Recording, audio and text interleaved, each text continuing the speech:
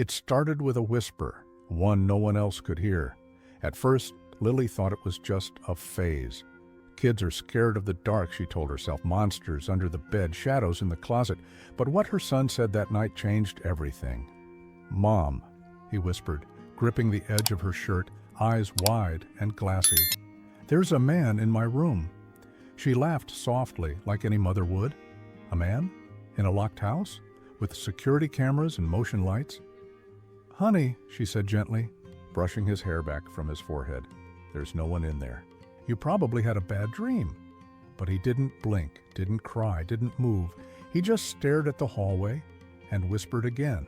"He talks when you're not looking." That was the first night Jamie refused to sleep in his room. And it wouldn't be the last. Lily let him crawl into her bed thinking it was temporary.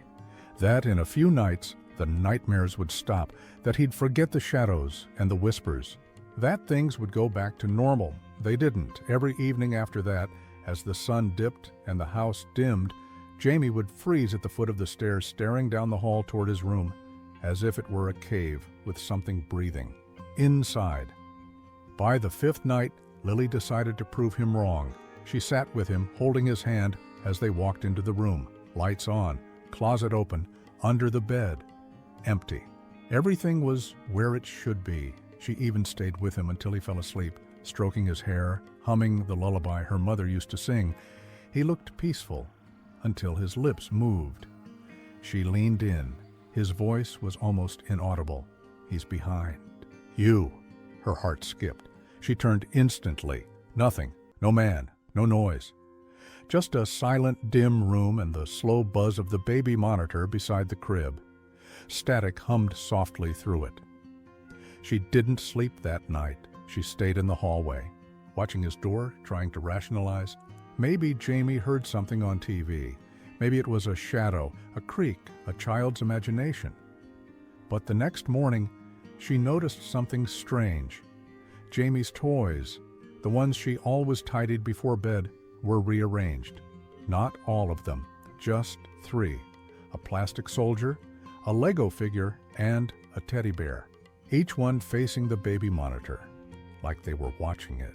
That afternoon, she installed a second monitor, one with a built-in camera. She didn't want to admit she was scared, but something in her gut wouldn't let it go. She placed the new monitor in the corner, angled toward Jamie's bed. Then she waited. That night, when Jamie once again refused to enter the room, she didn't push. She let him sleep with her. Then, hours after he drifted off, she checked the footage. At first, nothing. Just Jamie's room dimly lit by the nightlight. Still, quiet, undisturbed. But around 2:41 a.m., something changed. The camera glitched, just for a second. A flash of static. Then, movement. A figure. Blink and you'd miss it. In the far left corner, beside the closet. Not walking, not standing, just appearing. Lily leaned closer to the screen. It was faint, blurry, but unmistakable. A shape. Not her. Not Jamie. Someone else. The shape didn't move. It lingered for 6 minutes. Then, as suddenly as it appeared, it was gone. Lily couldn't breathe. She rewound. Watched again, paused, zoomed in. Still there. It looked like a man. Tall, slightly hunched, arms hanging unnaturally long, and though the face was just a smudge of pixels, she could swear its head was tilted. Watching the crib, she didn't sleep the rest of the night. The next morning, she tried to pretend, tried to smile, make breakfast, talk to Jamie about cartoons. But her hands shook as she buttered the toast. Jamie watched her. "He doesn't like the camera," he said softly. Lily froze. She turned slowly. "What do you mean?" Jamie looked down. "He told me?" "He said it watches him, so now he watches it back." Lily knelt, cupping his cheeks. "Jamie, who is he?" He didn't answer. He just got up from the table and walked away. That afternoon, she called her sister, Michelle. Michelle was the opposite of Lily. Blunt, rational. A single woman with a career in law enforcement and zero patience for paranormal crap, as she called it. But Lily needed someone, someone who wouldn't think she was losing it. When Michelle came over that evening, they reviewed the footage together. Michelle squinted, frowned, rewound, paused. Then she said something Lily didn't expect. I don't know what that is. Not it's nothing, not it's a glitch, but I don't know. Lily's throat tightened. Michelle stayed the night. She offered to sleep in Jamie's room. Just in case, she said. At 3:12 a.m., the monitor went black, then static. Then a noise. It wasn't loud. It wasn't even clear, but it sounded like breathing, heavy, wet, close. Then a whisper, faint but sharp. Not your room. The monitor blinked back on. The crib was empty. Michelle was gone. Lily sprinted down the hallway, banging the door open. Jamie was still asleep in her bed, safe, unmoved. But the door to his room was wide open. Inside, the air was freezing. The nightlight was flickering. The teddy bear was now sitting on the floor, its eyes pointed at the closet. Michelle's phone lay under the window, screen cracked, flashlight still on, but no sign of her. Not in the closet, not in the bathroom, not in the backyard. Gone, like she'd never been there. Lily called the police. They searched everything. No fingerprints, no sign of forced entry. They asked a lot of questions. She didn't have answers. They found Michelle's car in the driveway, engine off, doors locked. Purse inside. It was like she vanished into air. For 2 days, Lily didn't sleep. She sat by Jamie's side, eyes locked on the baby monitor, but nothing happened. Until the third night. At 4:03 a.m., Jamie sat up, still asleep, eyes closed. But his mouth moved. He took her, he mumbled. Lily froze. Jamie turned his head slowly toward the monitor. Still not awake. He's in the walls now. Lily didn't know what to do. She was shaking. She whispered, barely breathing. Who is... He, Jamie. This time, he opened his eyes, and for the first time, he cried. Not a tantrum, not whining, but silent, terrified sobs. He said I was next. Lily wrapped him in her arms, rocked him, murmured that it would be okay, that no one was going to take him. But she didn't believe it. She called a tech the next morning. Someone to check the monitor, the wiring, the walls. She needed answers. The man came, middle-aged, friendly, wore a cap that said wired right. After 20 minutes in Jamie's room, he came out, pale. You ever open up that wall? He asked, pointing to the one behind the crib. Lily shook her head. No, why? He hesitated. Then, carefully, he handed her something. It was small, metal, rusted, a button, old-fashioned. Worn. Lily frowned. What's this? He shrugged. Found it behind a loose panel. Thought maybe it was yours. It wasn't. That night, Lily didn't sleep. She sat in front of the monitor, watching, waiting, and at exactly 3:59 a.m., the static returned, only this time it didn't fade. The screen crackled, then lit up, with a face close, pressed against the lens, smiling. It didn't blink. It didn't speak. It just stared. Lily reached for Jamie, but his bed was empty, and then the monitor turned off. Lily's scream cracked through the silence. She tore through the blankets, heart pounding so loud it drowned her thoughts. Jamie's bed was cold, empty, no sign of a struggle, no footsteps, no sound, just gone. The monitor screen was black. Now, no static, no feed, just a dead lens. And her reflection staring back, she called his name. Once, twice, nothing. She searched the closet, under the bed, the bathroom, the kitchen, the backyard. No trace, not a single thing out of place except the teddy bear. It had moved again. This time, it sat on the hallway floor. Its head turned toward Jamie's room. She didn't call the police. She already knew what they'd say. She already knew what they wouldn't find. She dropped to her knees, clutching the bear, sobbing.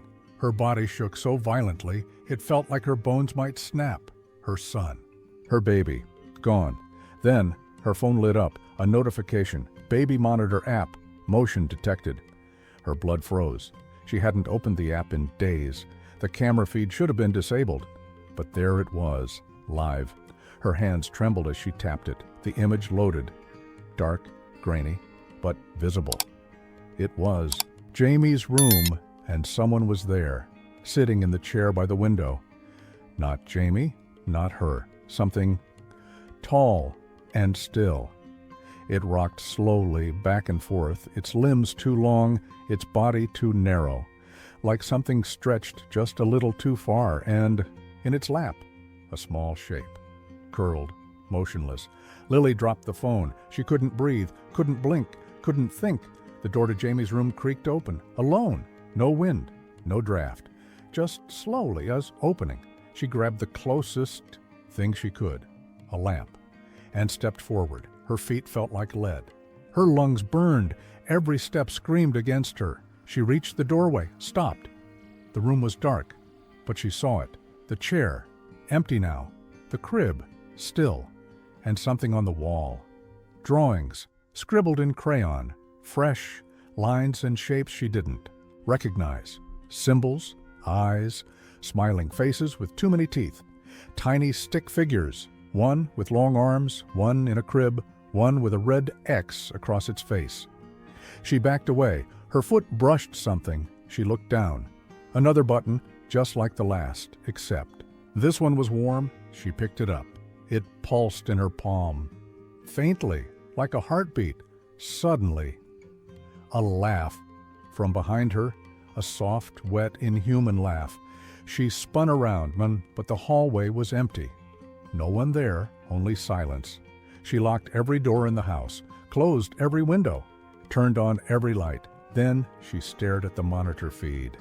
Still active, still showing Jamie's room, empty, but the rocking chair was swaying back and forth, back and forth. She didn't sleep. The next morning, the feed was gone, completely wiped. The app wouldn't open. The monitor wouldn't turn on. She called the tech again. No answer. She called Michelle. Still missing. She called the police. Finally, they came. Searched again. Found nothing. No Jamie. No fingerprints. No signs of forced entry. No signs of life. They questioned her timeline, her stability. They didn't say it, but she could feel it. They thought she was lying or losing her mind. They left her with a card for a grief counselor. That night, she sat alone. In Jamie's room, lights off, door closed, the drawings were gone, all of them, as if they'd never existed. Only the teddy, bear remained, sitting upright in the crib, its eyes now sewn shut. She hadn't done that. She tried to tell herself it was a dream, a breakdown, trauma, but deep down she knew something had come and taken her son. She needed answers, she needed help. So she went to the internet, forums, message boards, paranormal subreddits, dark places, people with stories too strange to believe. She posted the details, what Jamie said, what the monitor showed. What she found in the wall, most ignored her. But one person replied. Username, HollowNest 1973, they wrote. You found the button, didn't you? He always leaves a button. That's how. You know he's claimed them. He watches from inside. He doesn't take them at once. He waits, feeds, then vanishes. And so do they. Lily messaged them. Desperate, they responded. You need to dig. Not behind the crib. Beneath it. She didn't want to, but she did. Late. That night she pulled the crib aside, tore up the floorboards, dust, rot, old nails, and then a space, hollow, something wrapped in burlap. Small, about the size of a child. Her throat clenched. She reached in, pulled it out, unwrapped it. Not a body, but drawings, dozens, hundreds, all crayon, all the same symbols, the same long-armed man, and in the very center, a photograph, black and white, worn, a little boy, not Jamie, someone else. Scared, crying. In the background, that same chair, that same room, and in the shadows, the same smile.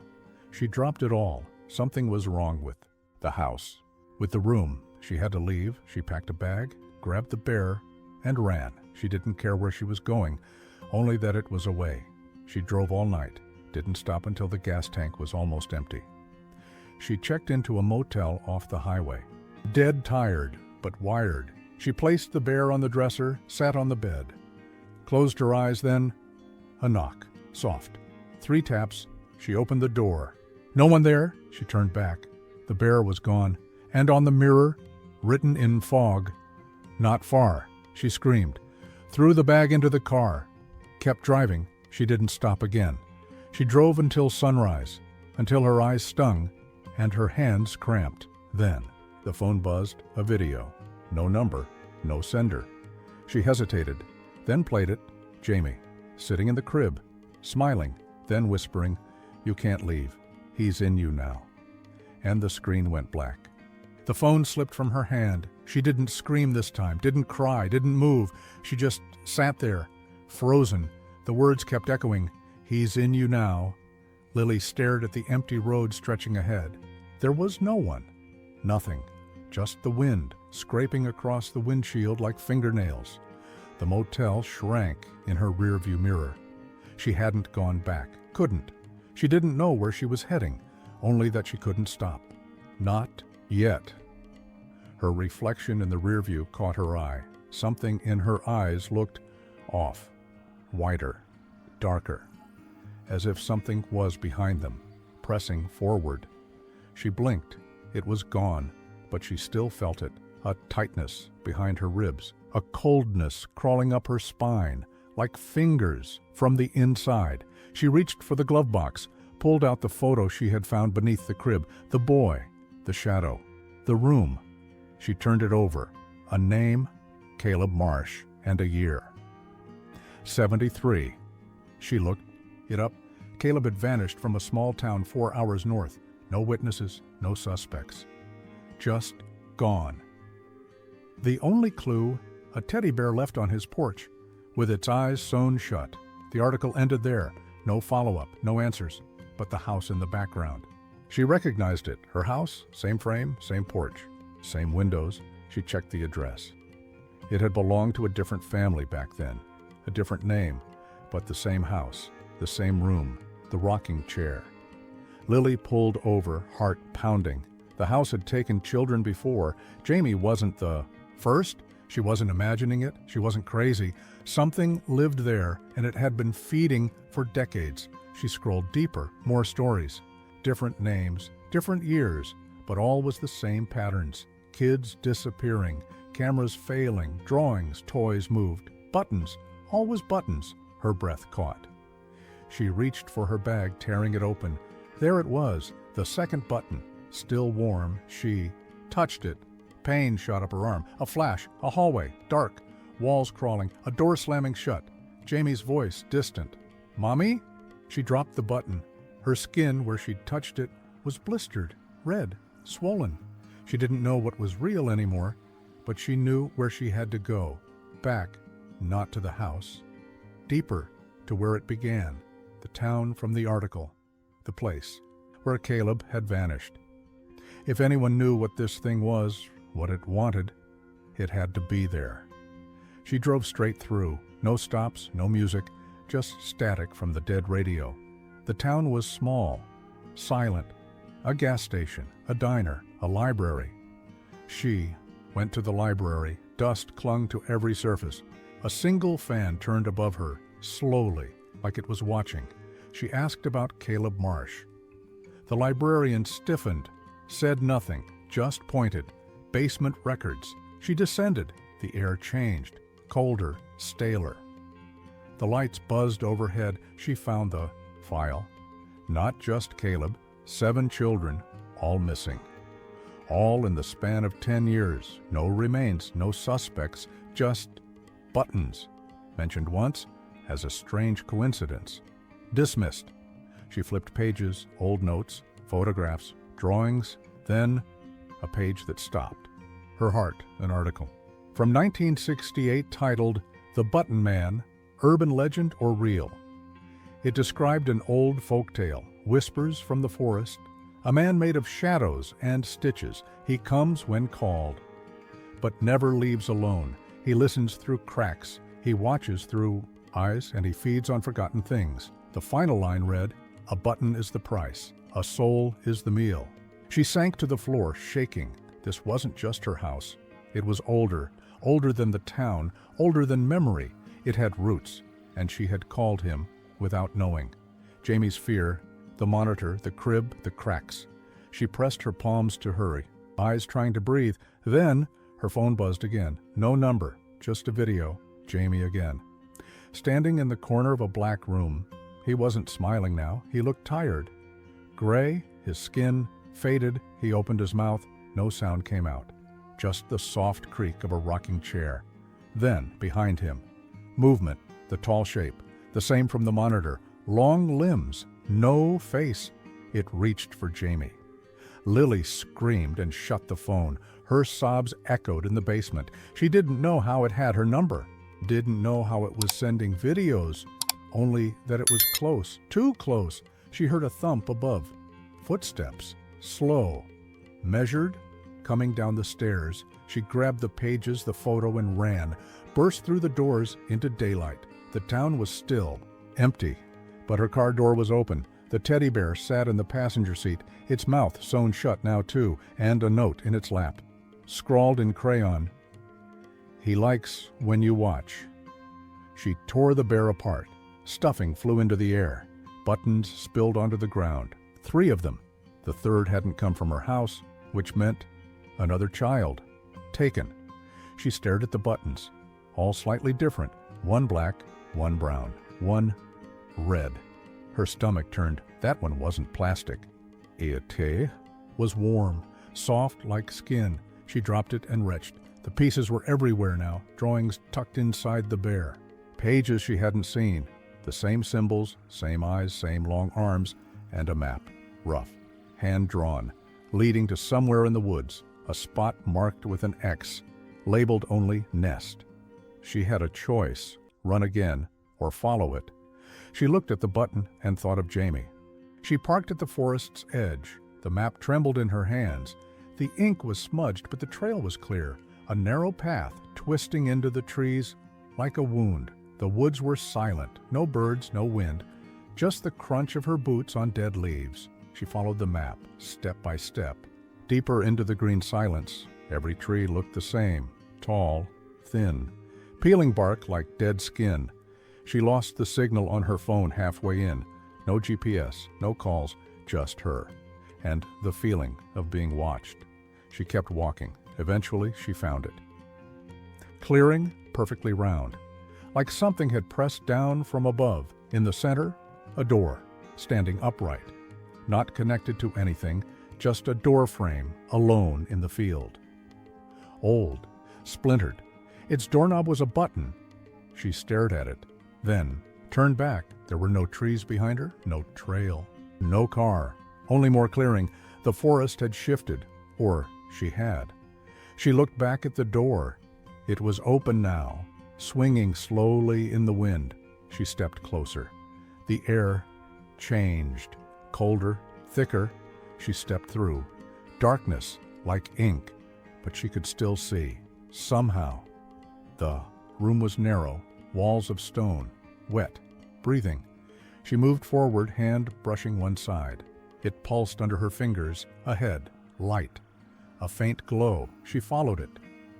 The tunnel opened into a chamber. Hundreds of buttons lined the walls, pinned to dolls, stuffed animals, pieces of cloth, and in the center, a crib, empty, but still rocking. Next, to it a figure, tall, still, like it had always been there. She couldn't see its face. Only the outline, too many arms, too many shadows. It didn't move. But she felt it see her, like a pressure behind her eyes. She stepped closer. The floor crunched beneath her boots. She looked down. Teeth, tiny ones, dozens, all baby teeth. She nearly screamed, but her throat locked. The figure tilted its head. Then, a whisper, not from its mouth, from the walls, the ceiling, inside her head. "You brought him to me." She shook her head. "No." "You watched? You knew. You let him cry? You let him beg?" "No." "He opened the door. You left it unlocked." She felt her knees buckle. The crib creaked again. She rushed forward, but it was still empty. The figure raised one of its many arms, held something. A drawing, Jamie's, the same one from the fridge, the black figure, the eyes, and now a second drawing behind it of her. Beside the black shape, smiling, the voice came again. Mothers feed me best. Then the ground gave way. She fell, endless black, screaming, clawing, until she woke up, gasping, back in her car, outside the house. The morning sun poured through the windshield. She was holding something. Jamie's bare, whole again. No tears. No buttons. And in her lap, her phone, a notification. New baby monitor recording. 3:14 a.m. She opened it. Jamie's room. Still, quiet. Then, movement. The crib. Jamie sat up, smiling, then turned to the corner. He pointed, spoke. But there was no sound, just static. Then the camera glitched. The corner darkened. Shape unfurled, long, bent, inhuman. Jamie laughed, reached up, and something reached back. The screen cut to black, then flashed a final image. One frame, too fast to see. She paused it. Zoomed in, her own face, but not quite. Eyes too wide, smile too sharp, and button eyes. She dropped the phone, looked in the mirror. Her eyes were her own, weren't they? She ran inside, called for Jamie. His laughter echoed from upstairs. She bolted up into his room. He was there, alive, whole, playing. He turned to her. "Mommy," he said, tilting his head, "do you feel better now?" She froze. "What do you mean?" "You were gone for so long," he said. She knelt beside him, tears brimming. "I'm here now, baby. I promise." He touched her cheek. "You smell different." The bear sat beside him, same as before, except for one thing, a red button, stitched to its chest. She looked closer. Her hands trembled. That wasn't fabric. It was flesh. She stepped back. Jamie's eyes didn't follow her. They stayed fixed on the wall, behind her. She turned. Nothing, but the closet door creaked open. Inside, not clothes, not toys, just darkness and a faint sound. Rocking back and forth, the bear fell from the bed. Its mouth moved. A whisper from nowhere. You watched. Lily shut the closet door, locked it, boarded it. She took Jamie to her mother's house, said it was temporary, needed a break. That night she stared at the monitor. Nothing moved, but every time she blinked, the screen glitched, flashed the crib, the shape, her face again, but always with button eyes. She didn't sleep. She couldn't. Not with the sound. Rocking, faint, under the floor, and the smell of thread, of dust, of something sewn shut. Lily never went back to the house, not really. She'd walk past sometimes, in daylight, from across the street. The curtains were always drawn. Even when no one should be inside, she'd already broken the lease, paid the penalties, changed her number. But the house still knew her name, and sometimes, in the quiet, it whispered it. Jamie adjusted well, too well. No more nightmares, no more screaming. He slept soundly, smiled more. But he never let go of the bear, clutched it like it was stitched, too. His hands, and every morning Lily would check the monitor, even in her mother's guest room. It didn't matter that it was a new house, a new crib, a new baby monitor. The footage always glitched. At 3:14 a.m., always for 1 second, the crib would rock, the shadow would return. She bought 5 different monitors. Same thing every time. Jamie would smile in his sleep and murmur things, strange things. Once she leaned close to hear him. He whispered, "Shh, you'll wake her." Another night. She's under the bed now. Then once, with his eyes wide open, "She misses you, Mommy." Lily stopped sleeping. Altogether, the doctors prescribed pills. She flushed them. What good were pills when reality twisted? She started reading old folklore, obscure forums, cryptic message boards, threads from other parents, stories they deleted minutes later, mentions of the button mother, she who mends, the one who replaces, tales of children changed, of mothers unraveling, of laughter that wasn't laughter. She followed one link, dead forum, but a cached image remained, a child's drawing, a tall black shape, button eyes, 6 arms, and a door. The caption beneath, She lives in places left open too long. Lily threw her laptop across the room. That night she woke to the sound of sewing. Not outside, not upstairs. Inside her pillow, she tore it open. Stuffing spilled out, and inside, a needle and thread. Red, sticky, she screamed. Her mother rushed in, but the needle was gone. Lily broke down, told her everything, the monitor, the bear, the door, her. Mother's face didn't twist in confusion, it froze in recognition. Then quietly she said, "I was hoping she'd forgotten me." Lily couldn't speak. Her mother sat beside her, held her hand. "She came for me once, when you were born, but I locked the door before she could finish stitching." Then she looked at Jamie's room. She never really leaves, just waits for the next tear, the next thread. The next day Lily tried to burn the bear. It wouldn't catch fire. She buried it. The next morning it was back in Jamie's arms. She threw it in the river. It came back dry. One night she didn't check the monitor, couldn't bear to. But at 3:14, "Am!" Jamie screamed. Lily bolted into his room. He was curled in the corner, eyes wild, mouth trembling. She said, "You're almost ready." He cried. "Ready for what?" Lily asked. He pointed to the mirror. It wasn't her reflection staring back. It was her face, but smoother, stretched, too perfect. And the eyes, buttons. She smashed the mirror. Glass rained down. Her reflection didn't disappear. It lingered, watching, smiling. That night, Lily made a choice. She waited until Jamie fell asleep, took the bear from his arms, held it tight, then whispered, "Take me instead." The room fell silent. Even the air stopped moving, the shadows thickened, and then the closet door creaked open. She didn't run, didn't scream. She stepped toward it on one step, then another. Darkness waited, thick, warm, familiar. She turned back. Jamie was still asleep, smiling. One last time, she whispered, "I'm sorry," then stepped inside and vanished. The door slammed shut. The monitor cut to static. At her mother's house, Jamie woke peacefully, sat up, looked around, and for the first time in months, he whispered, "Mom?" But she didn't come. She never would, at Toposik, least not as she was.